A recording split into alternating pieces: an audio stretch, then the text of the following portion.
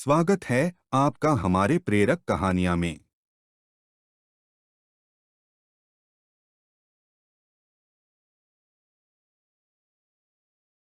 एक professor class ले रहा था। कक्षा के सभी छात्र उनके व्याख्यान को बड़ी दिलचस्पी से सुन रहे थे।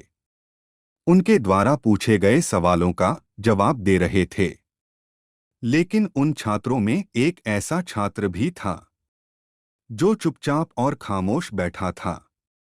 प्रोफेसर ने उस छात्र को नोटिस किया, लेकिन कुछ नहीं कहा।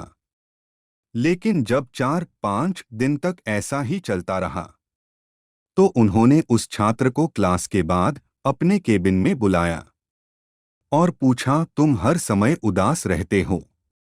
आप क्लास में अकेले और चुपचाप बैठते हो। लेक्चर पर भी ध्यान नहीं देते। क्या मामला है? कोई समस्या है?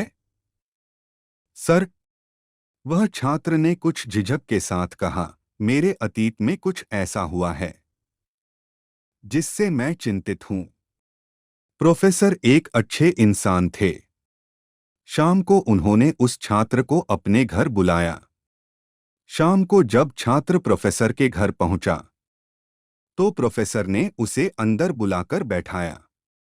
फिर वो खुद किचन में गए और शिकंजी बनाने लगे। उन्होंने शिकंजी में जानबूझकर अधिक नमक डाला।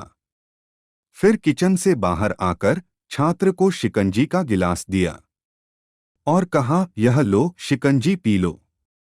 छात्र ने गिलास हाथ में लेकर जैसे ही एक घूंट पिया, अधिक नमक के स्वाद के कारण उसका मुंह अजीब हो गया। यह देखकर प्रोफेसर ने पूछा, क्या हुआ? शिकंजी पसंद नहीं है? छात्र बोला, नहीं सर, ऐसा नहीं है। शिकंजी में बस थोड़ा सा नमक ज्यादा है।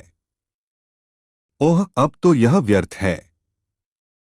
लाओ गिलास मुझे दो, मैं इसे फेंक दूंगा।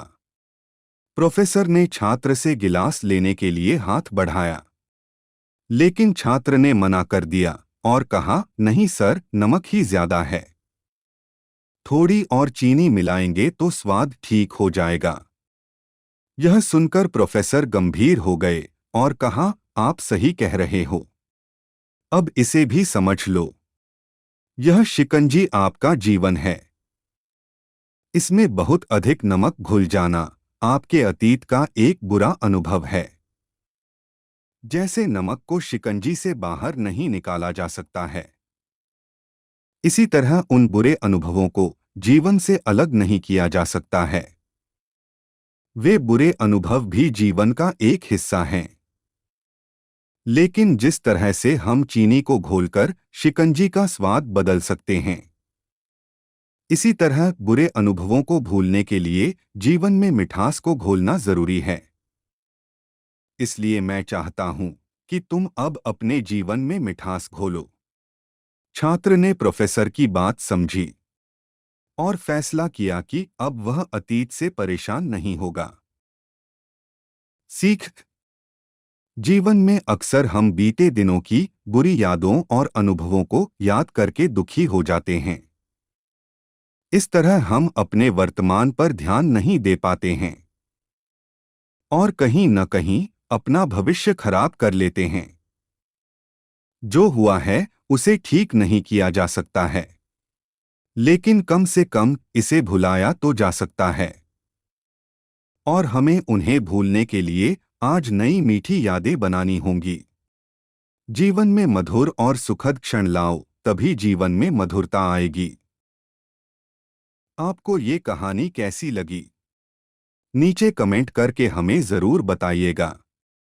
हमारे चैनल पर नए आए हैं तो सब्सक्राइब जरूर कर ले। Thank you everyone.